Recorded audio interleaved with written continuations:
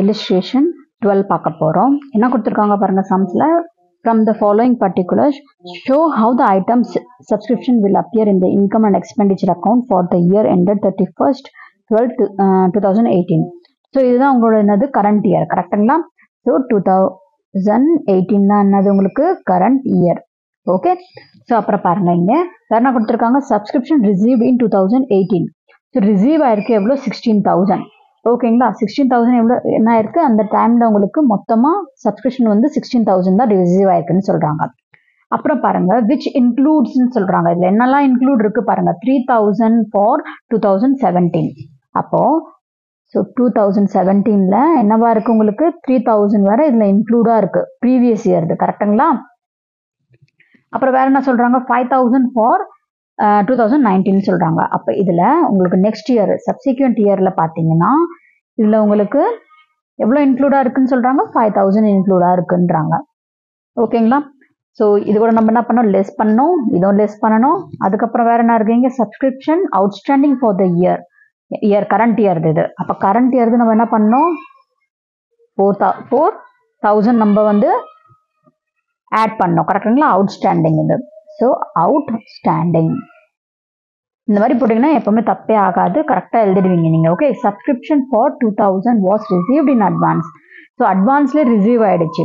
ஓகேங்களா, எப்போ 2018க்காக 17லேயே ரிசீவ் ஆயிடுச்சு. அப்போ 18க்காக 17லேயே ரிசீவ் ஆயிடுச்சு. ஓகேங்களா, அப்போ எவ்வளோ அது எவ்வளோ, அது வந்து உங்களுக்கு 2,000 அது. ஓகேங்களா, ஸோ 2,000 எழுதிடுங்க. பட் இது உங்களுக்கு என்ன ஆயிடுச்சு, இங்கே மீன்ஸ் ஃபர்ஸ்ட் இயர் ஆயிடுச்சு, ரிசீவ் ஆயிடுச்சு கரண்ட் இயருக்கு.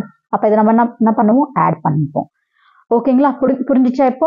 ஓகே, இப்போ சம் பாருங்க இங்க. ஸோ கரண்ட் இயர்ல நம்ம எவ்வளோ டோட்டலா உங்களுக்கு எவ்வளோ சப்ஸ்கிரிப்ஷன் ரிசீவ் ஆயிருக்கு, 16,000. So by subscription receive during the year வந்து 16,000 போட்டாச்சு நம்ம. ஓகேங்களா, அப்புறம் பாருங்க நம்ம வேற என்ன பண்ணணும், நம்ம வந்து நெக்ஸ்ட் இது கூட நம்ம ஆட் பண்ணிக்கலாம். ஓகேங்களா, 4,000 அவுட்ஸ்டாண்டிங்ல. ஸோ 4,000 நம்ம என்ன பண்ணலாம், ஆட் பண்ணிக்கலாம்.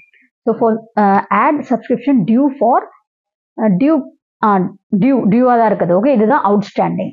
ஓகேங்களா, ஆனால் நம்மளுக்கு ரிசீவ் ஆகலை. ஸோ 4,000 நம்ம எழுதியாச்சு.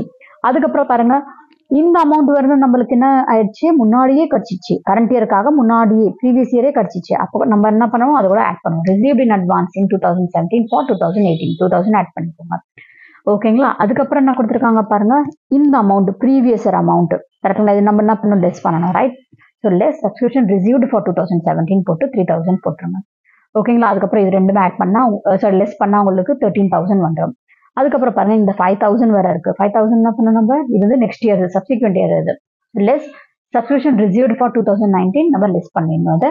13,000 மைனஸ் 5,000 8,000 வந்துடும். இது கூட நீங்க ஆட் பண்ணா 12,000, இதுவும் இதை ஆட் பண்ணா உங்களுக்கு 14,000.